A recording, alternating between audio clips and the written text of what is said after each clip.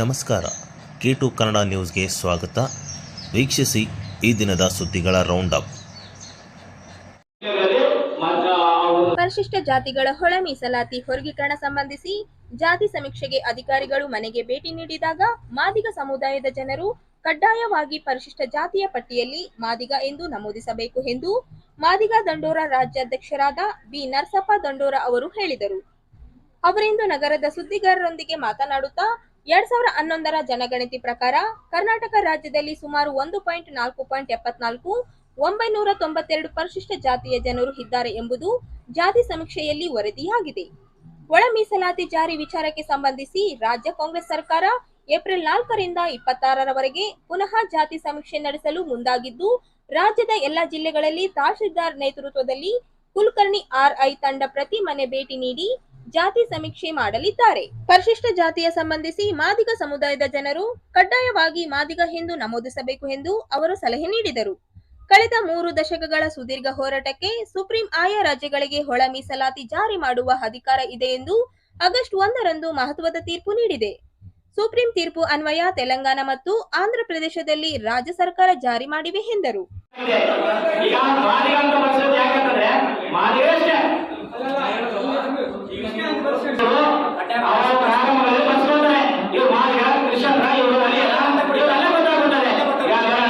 ಇಷ್ಟು ವರ್ಷ ನಾವು ಒದ್ದಾಡಿ ಹೋರಾಟ ಮಾಡಿ ತಂದಿದ್ದೀವಿ ಅಲ್ಲ. ದಯವಿಟ್ಟು ಕೇಳೋ ಪ್ರಶ್ನೆಗಳು ಉತ್ತಮ ಆಗ್ತದೆ. ನಿಜವಾಗ್ಲೂ ಯಾರಿಗೆ ಅನ್ಯಾಯ ಆಗಿದೆ ಅಂತಂದ್ರೆ ಅಲ್ಲ ಹೇಳಿದಾಗೆ ನಮ್ಮ ಜಾತಿ ನಾವೇ ಅನ್ಯಾಯ ಮಾಡ್ತೀವಿ ಅಂತಂದ್ರಲ್ಲ ಅಲ್ವಾ ಎಲ್ಲ ಇವತ್ತು ಸರ್ವೆ ಮಾಡೋದ್ರಿಂದ ಏಕೆ ಏನು ಸಮಸ್ಯೆ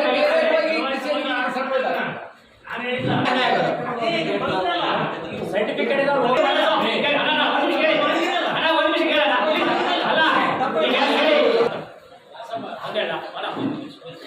ನಮ್ಮ ತಂದೆಯ ಹೆಸರು ಬಡೇಸ ಕೇಳಿ,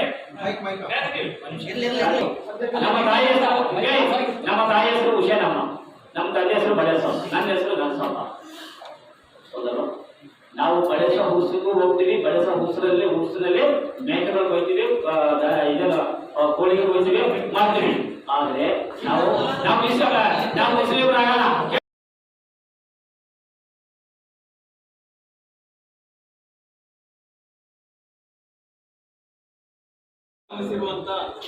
ಕಾಂಗ್ರೆಸ್ ಸರ್ಕಾರ ಅಧಿಕಾರಕ್ಕೆ ಬಂದ ಬೆಲೆ ಏರಿಕೆ ಮಾಡುವ ಮೂಲಕ ಬಡವರ ಬದುಕು ದುರ್ಬಲ ಹಾಗೂ ಗುತ್ತಿಗೆಯಲ್ಲಿ ಮುಸ್ಲಿಮರಿಗೆ 4% ಮೀಸಲಾತಿ ಮತ್ತು ASP ಮತ್ತು TST ಅನುದಾನ ಗ್ಯಾರಂಟಿ ಯೋಜನೆಗಳಿಗೆ ಬಳಕೆ ಮಾಡಿರುವುದನ್ನು ಖಂಡಿಸಿ ದಿನಾಂಕ 7ರಿಂದ ರಾಜ್ಯ ಕಾಂಗ್ರೆಸ್ ಸರ್ಕಾರದ ವಿರುದ್ಧ ಜನಾಕ್ರೋಶ ಯಾತ್ರೆ ನಡೆಯಲಾಗುತ್ತದೆ ಎಂದು ಬಿಜೆಪಿ ಜಿಲ್ಲಾಧ್ಯಕ್ಷರಾದ ವೀರಣ್ಣಗೌಡ ಪಾಟೀಲ್ ಅಕ್ಕಿಹಳ್ಳ ಅವರು ಹೇಳಿದರು.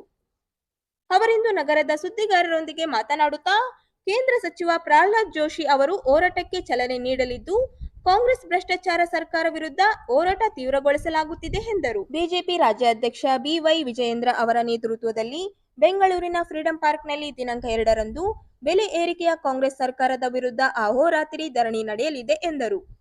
ಬಿಜೆಪಿಯ ಎಲ್ಲ ಶಾಸಕರು, ವಿಧಾನ ಪರಿಷತ್ ಸದಸ್ಯರು, ಮಾಜಿ ಶಾಸಕರು, ವಿಧಾನ ಪರಿಷತ್ ಮಾಜಿ ಸದಸ್ಯರು, ವಿಧಾನಸಭಾ ಚುನಾವಣೆಯಲ್ಲಿ ಸ್ಪರ್ಧಿಸಿದ ಅಭ್ಯರ್ಥಿಗಳು, ರಾಜ್ಯದ ಎಲ್ಲ ಪದಾಧಿಕಾರಿಗಳು, ಜಿಲ್ಲಾ ಅಧ್ಯಕ್ಷರು, ಕಾರ್ಯಕರ್ತೆಯರು ಈ ಅಹೋರಾತ್ರಿ ಧರಣಿಯಲ್ಲಿ ಪಾಲ್ಗೊಳ್ಳಲಿದ್ದಾರೆ ಎಂದರು. ರಾಜ್ಯ ಬಜೆಟ್ನಲ್ಲಿ ಅಲ್ಪಸಂಖ್ಯಾತರಿಗೆ, ಮುಸ್ಲಿಮಾನರಿಗೆ ಓಲೈಕೆ ಮಾತ್ರವಲ್ಲದೆ ಹಿಂದೂಗಳಿಗೆ ಅಪಮಾನ ಮಾಡಲಾಗಿದೆ. ರಾಜ್ಯ ಸರ್ಕಾರದ ಬೆಲೆ ಏರಿಕೆ ನೀತಿ ವಿರುದ್ಧ ಇವತ್ತು ನಾವು ರಾಜ್ಯಾದ್ಯಂತ ಜನಾಕ್ರೋಶ ಯಾತ್ರೆಯನ್ನು ಆರಂಭಿಸ್ತಾ ಇದ್ದೀವಿ. ನಾಳೆ 2ನೇ ತಾರೀಕು ಇವತ್ತು ಫ್ರೀಡಂ ಪಾರ್ಕ್ನಲ್ಲಿ ಅಹೋರಾತ್ರಿ ಧರಣಿಯನ್ನು ನಮ್ಮ ರಾಜ್ಯಾಧ್ಯಕ್ಷರಾಗಿರ್ತಕ್ಕಂಥ ಸನ್ಮಾನ್ಯ BY ವಿಜೇಂದ್ರಜಿ ಅವರ ನೇತೃತ್ವದಲ್ಲಿ ಹಮ್ಮಿಕೊಂಡಿದ್ದೇವೆ. ಅದಾದ ನಂತರ 7ನೇ ತಾರೀಕಿಂದ ಸನ್ಮಾನ್ಯ ಕೇಂದ್ರ ಸಚಿವರಾಗಿರ್ತಕ್ಕಂಥ ಪ್ರಹ್ಲಾದ್ ಜೋಶಿ ಅವರ ಉದ್ಘಾಟನೆ ಚಾಲನೆ ಕೊಡೋ ಮೂಲಕ ಆ ಒಂದು ಜನಾಕ್ರೋಶ ಯಾತ್ರೆ ಕೂಡ ನಾವು ಚಾಲನೆ ಕೊಟ್ಟಿದ್ದೇವೆ. ಒಟ್ಟಾರೆ ಈ ರಾಜ್ಯ ಸರ್ಕಾರದ ಬೆಲೆ ಏರಿಕೆ ನೀತಿ ವಿರುದ್ಧ ನಾವು ಒಂದು ಸ್ಪಂದನವಾಗಿ ಜನಕ್ಕೆ ಅದನ್ನು ತಿಳಿಸ್ಕೊಡೋ ನಿಟ್ಟಿನಲ್ಲಿ ಇವತ್ತು ನಾವು ಆ ಒಂದು ಯಾತ್ರೆಯನ್ನು ಆರಂಭಿಸ್ತಿದ್ದೇವೆ.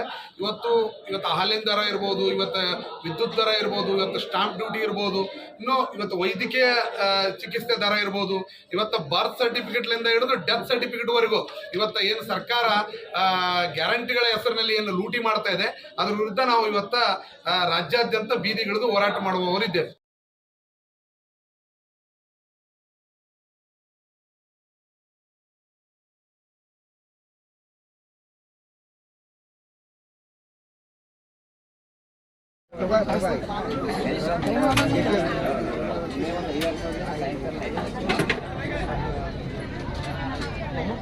ಬಿಜಾಪುರ ಗಾಡಿ 700 ಪ್ರತಿ ವರ್ಷದ ಈ ವರ್ಷವೂ ಸಹ ಶ್ರೀ ಈಶ್ವರ ದೇವಸ್ಥಾನ ಸೇವಾ ಸಮಿತಿ ಹಾಗೂ ಸಕಲ ಸದ್ಭಕ್ತರು ಯಾತ್ರಾರ್ಥಿಗಳಿಗೆ ತೊಂದರೆಯಾಗದಂತೆ ಉಚಿತ ವೈದ್ಯಕೀಯ ಸೇವೆ ಹಾಗೂ ದಾಸೋಹ ಸೇವೆ ತುಂಬಾ ಅಚ್ಚುಕಟ್ಟಾಗಿ ಮಾಡಿರುವುದು ಸಂತೋಷ ತಂದಿದೆ. ತಾವುಗಳು ಮಾಡುವ ಸೇವೆ ಶ್ಲಾಘನೀಯ ಎಂದು ಬೋಸರಾಜ್ ಹೇಳಿದರು. ಅವರಿಂದು ನಗರದ ಗಣೇಶ್ ಬಡಾವಣೆಯ ಶ್ರೀ ಈಶ್ವರ ದೇವಸ್ಥಾನ ಸಮಿತಿ ಹಮ್ಮಿಕೊಂಡ 3ನೇ ವರ್ಷದ ಮಹಾಪ್ರಸಾದ ವ್ಯವಸ್ಥೆಯನ್ನು ಲಿಂಗ್ಸೂರು ರಸ್ತೆಯಲ್ಲಿರುವ ಬೈಪಾಸ್ ಹತ್ತಿರ ಮುಗುಳುಕೋಡು ಮುಕ್ತಿ ಮಂದಿರದ ಆವರಣದಲ್ಲಿ ಶ್ರೀಶೈಲದಿಂದ ಶ್ರೀ ಮಲ್ಲಿಕಾರ್ಜುನ ಮಾತಾ ಬ್ರಹ್ಮರಂಭ ದೈವ ದರ್ಶನ ಮಾಡಿಕೊಂಡು ತಮ್ಮ ತಮ್ಮ ಸ್ವಗ್ರಾಮಗಳಿಗೆ ತೆರಳುವ ಯಾತ್ರಾರ್ಥಿಗಳಿಗೆ ಹಾಗೂ ನಗರ ಶಾಸಕರಾದ ಡಾಕ್ಟರ್ ಶಿವರಾಜ್ ಪಟೇಲ್ ಅವರ ಅಮೃತ ಹಸ್ತದಿಂದ ಪ್ರಸಾದ ವಿನಿಯೋಗಿಸುವುದರ ಮೂಲಕ ಚಾಲನೆ ನೀಡಿ ಮಾತನಾಡುತ್ತಿದ್ದರು. ನಂತರ ಇನ್ನೋರ್ವ ಮುಖ್ಯ ಅತಿಥಿಗಳಾಗಿ ಆಗಮಿಸಿದ ನಗರ ಶಾಸಕರಾದ ಡಾಕ್ಟರ್ ಶಿವರಾಜ್ ಪಟೇಲ್ ಮಾತನಾಡುತ್ತಾ ಅಮೋಘವಾದ ನಿಮ್ಮ ಸೇವೆಗೆ ತನ ಮನ ಧನದಿಂದ ಸೇವೆ ಸಲ್ಲಿಸುವುದಾಗಿ ಭರವಸೆ ನೀಡಿದರು. ನಂತರ ಈಶ್ವರ ದೇವಸ್ಥಾನ ಸೇವಾ ಸಮಿತಿಯ ಅಧ್ಯಕ್ಷರಾದ ಚಂದ್ರಶೇಖರ್ ಮಿರ್ಜಾಪುರ ಅವರು ಮಾತನಾಡಿ, ನಮ್ಮ ಸೇವಾ ಸಮಿತಿ ಸರ್ವ ಸದಸ್ಯರ ಸಹಕಾರ ಮತ್ತು ಸಹಯೋಗದಿಂದ ಈ ವರ್ಷ ಸುಮಾರು 40,000 ಯಾತ್ರಾರ್ಥಿಗಳಿಗೆ ಪ್ರಸಾದದ ವ್ಯವಸ್ಥೆ ಮಾಡಲಾಗಿದ್ದು, ನಮ್ಮ ಸೇವಾ ಸಮಿತಿ ಸರ್ವ ಸದಸ್ಯರ ಹಗಲು ರಾತ್ರಿ ಎನ್ನದೇ ಸೇವೆಗೈದು ಕಾರ್ಯಕ್ರಮ ಯಶಸ್ವಿಗೊಳಿಸಿದ್ದಾರೆ ಎಂದು ಹೇಳಿದರು.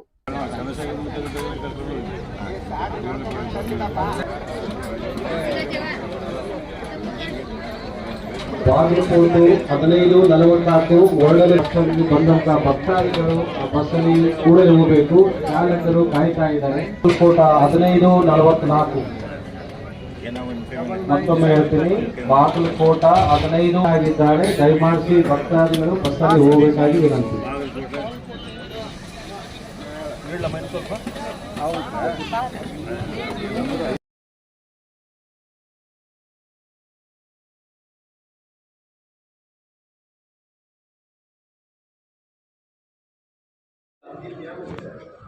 ಮಾಸ್ಟರ್ ಪ್ರವೀಣ ಪಗಡಲ್ ಅವರ ಸಾವು ಸೂಕ್ತ ತನಿಖೆ ನಡೆಸಿ ಅವರ ಕುಟುಂಬಸ್ಥರಿಗೆ ನ್ಯಾಯ ಒದಗಿಸಬೇಕು ಎಂದು ಕಲ್ವರಿ ಪಾಸ್ಟರಸ್ ಅಸೋಸಿಯೇಷನ್ ಜಿಲ್ಲಾಧ್ಯಕ್ಷ ಜಾನ್ ವೆಸ್ಲಿ ಅವರು ರಾಜ್ಯ ಸರ್ಕಾರಕ್ಕೆ ಆಗ್ರಹಿಸಿದ್ದಾರೆ.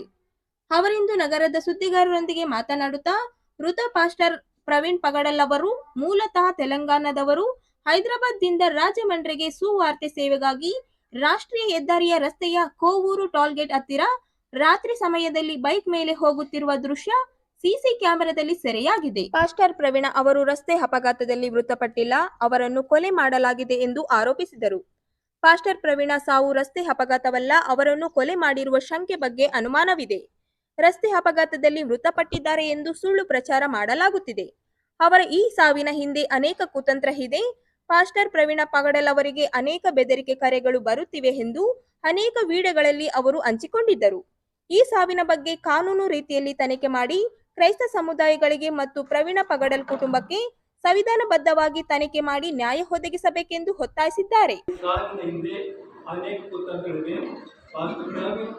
ಪಗಡಲಿಯವರಿಗೆ ಅನೇಕ ಬೆದರಿಕೆ ಕರೆಗಳು ಬರ್ತವೆಂದು ಅನೇಕ ವಿಡಿಯೋಗಳಲ್ಲಿ ಅವರು ಹಂಚಿಕೊಂಡಿದ್ದರು. ಈಗ ಸಾವಿನ ಬಗ್ಗೆ ಕಾನೂನು ರೀತಿಯಲ್ಲಿ ತನಿಖೆ ಮಾಡಿ ಕ್ರೈಸ್ತ ಸಮುದಾಯಗಳಿಗೆ ಮತ್ತು ಪ್ರವೀಣ್ ಪಗಡಲ್ ಕುಟುಂಬಕ್ಕೆ ಈ ದೇಶದ ಸಂವಿಧಾನಬದ್ಧವಾಗಿ ತನಿಖೆ ಮಾಡಿ ನ್ಯಾಯ ಒದಗಿಸಬೇಕೆಂದು ಸರ್ಕಾರಕ್ಕೆ ಮನವಿ ಮಾಡಿದ್ದೇವೆ. ಸದೀಪ್ ರಾಷ್ಟ್ರ ಅವರ ಮರಣದ ಕುರಿತು ಸಿಬಿಐ ತನಿಖೆ ಮಾಡಬೇಕೆಂದು ನಾವು ಮನವಿ ಮಾಡಿಕೊಳ್ತೇವೆ. ಕ್ರೈಸ್ತರಂತ ನಾವುಗಳು ಶಾಂತಿ ಸಮುದಾಯದವರು, ನಾವು ಯಾರಿಗೆ ಪ್ರತೀಕಾರ ತೀರಿಸ್ತಕ್ಕಂಥವರಲ್ಲ. ನಮ್ಮ ದೇವರ ಉಪದೇಶ ಪ್ರಕಾರ ಒಂದು ಕೆನ್ನೆ ಉಳಿದು 100 ಕೆನ್ನೆ ಕೊಡುವಂಥದ್ದು. ನಾವು ಎಲ್ಲಿ ಯಾರ ಮೇಲೆ ದೌರ್ಜನ್ಯ ಕೂಡ ನಾವು ಮಾಡಿಲ್ಲ ಎಲ್ಲಿ ಪ್ರಾರಂಭದಿಂದ. ಆದರೆ ಎಲ್ಲರಿಗೆ ಮೇಲನ್ನು ಸಹಾಯವನ್ನು ಮಾಡತಕ್ಕಂಥ ವ್ಯಕ್ತಿಗಳು. ಆದರೆ ವಿನಾಕಾರಣವಾಗಿ ಒಬ್ಬ ಪಾಸ್ಟರ್ ಅವರು ಮೇಲೆ ದೌರ್ಜನ್ಯ ಮಾಡಿ ಅವರು ಮರಣ ಹೊಂದಿದ್ದಾರೆ. ಅವರು ಆಕ್ಸಿಡೆಂಟ್ ಅಂತ ಹೇಳ್ತಾ ಇದ್ದಾರೆ. ಸೋಮವಾರ 24 ನೈಟ್ ಆಗಿದೆ. ಯಾಕಂದ್ರೆ ಇಲ್ಲಿವರೆಗೆ ಯಾವ ಮಾಹಿತಿ ಕೂಡ ಬಂದಿಲ್ಲ. ಇಲ್ಲಿವರೆಗೆ ಎಲ್ಲ ಸುಳ್ಳು ಆದ ಒಂದು ವಾರ್ತೆಯನ್ನು ನಾವು ಕೇಳ್ತಾ ಇದ್ದೇವೆ. ಸುಳ್ಳುವಾದ ಅಪವಾದವನ್ನು ಕೂಡ ನಾವು ಕೇಳ್ತಾ ಇದ್ದೇವೆ. ಅಷ್ಟೇ ಆಗಲಿ, ಕರೆಕ್ಟ್ ಆದ ಮಾಹಿತಿ ಇಲ್ಲಿವರೆಗೆ ನಮ್ಗೆ ಸಿಕ್ಕಿಲ್ರಿ. ಅದಕ್ಕೋಸ್ಕರನೇ ಇದಕ್ಕೆ ಸರಿಯಾದ ಒಂದು ಮಾಹಿತಿ ಬರ್ಬೇಕಂತೇಳಿ ಹೇಳಿದ್ರೆ ಇವತ್ತು ನಾವು ಪ್ರೆಸ್ ಮೀಟ್ ಮಾಡ್ತಾ ಇದ್ದೀವಿ. ಯಾಕಂದ್ರೆ ಇದರಿಂದ ಎಷ್ಟೋ ಕುತಂತ್ರಗಳಿದೆ, ಆದ್ರೆ ಯಾವ ಕುತಂತ್ರಗಳಿದಾವೆ ಅಂತ ಹೇಳಿಬಿಟ್ಟು ಇಲ್ಲಿವರೆಗೆ ನಮ್ಗೆ ಗೊತ್ತಾಗ್ಲಿಲ್ಲ, ಗೊತ್ತಾಗಿಲ್ಲ. ಅದಕ್ಕೋಸ್ಕರನೇ ಯಾವ ಕುತಂತ್ರ ಇದೆ ಇದರಿಂದ ಅಂತೇಳಿ ಸರ್ಕಾರ ನಮಗೆ ಕಾನೂನುಬದ್ಧವಾಗಿ ನಮಗೆ ಮಾಹಿತಿ ಕೊಡ್ಬೇಕೆಂಬುದಾಗಿ ನಾವು ಕೇಳ್ತಾ ಇದ್ದೇವೆ. ಪ್ರವೀಣ್ ಪಗಡಲ್ ಅವರ ಹೋಗಿರುವಂತ ವಿಷಯ ಹೇಳಿಲ್ಲ, ಬರುವಂತ ವಿಷಯ ಕೂಡ ಹೇಳಿಲ್ಲ.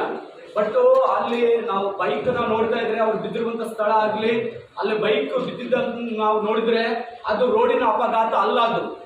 ಯಾಕಂದ್ರೆ ಏನಾದ್ರೂ ರೋಡಿನ ಅಪಘಾತ ಆಗ್ಲಿ, ಇಲ್ಲಾಂದ್ರೆ ಅವರೇ ಬಿದ್ದು ಅದು ಸಾವನ್ನಪ್ಪಿದ್ದಾರೆ ಅಂತ ಹೇಳ್ತಾರೆ. ಅವರೇ ಬಿದ್ದು ಸಾವನ್ನಪ್ಪಿದ್ರೆ ಬೈಕ್ ಆದ್ರೂ ಏಟ್ ಬೀಳ್ಬೇಕು, ಇಲ್ಲಾಂದ್ರೆ ಹೆಲ್ಮೆಟ್ಗಾದ್ರೂ ಏಟ್ ಬೀಳ್ಬೇಕು. ಬಟ್ ಅದರಲ್ಲಿ ನಾವು ನೋಡ್ತಾ ಇದ್ರೆ ಆ ಬೈಕ್ಗೆ ಏನು ಕ್ರಾಚ್ ಆಗಿಲ್ಲ, ಹೆಲ್ಮೆಟ್ ಕೂಡ ಏನು ಕ್ರಾಚ್ ಆಗಿಲ್ಲ. ಅದಕ್ಕೋಸ್ಕರನೇ ಅದರಿಂದ ಏನೋ ಕುತಂತ್ರ ಇದೆ.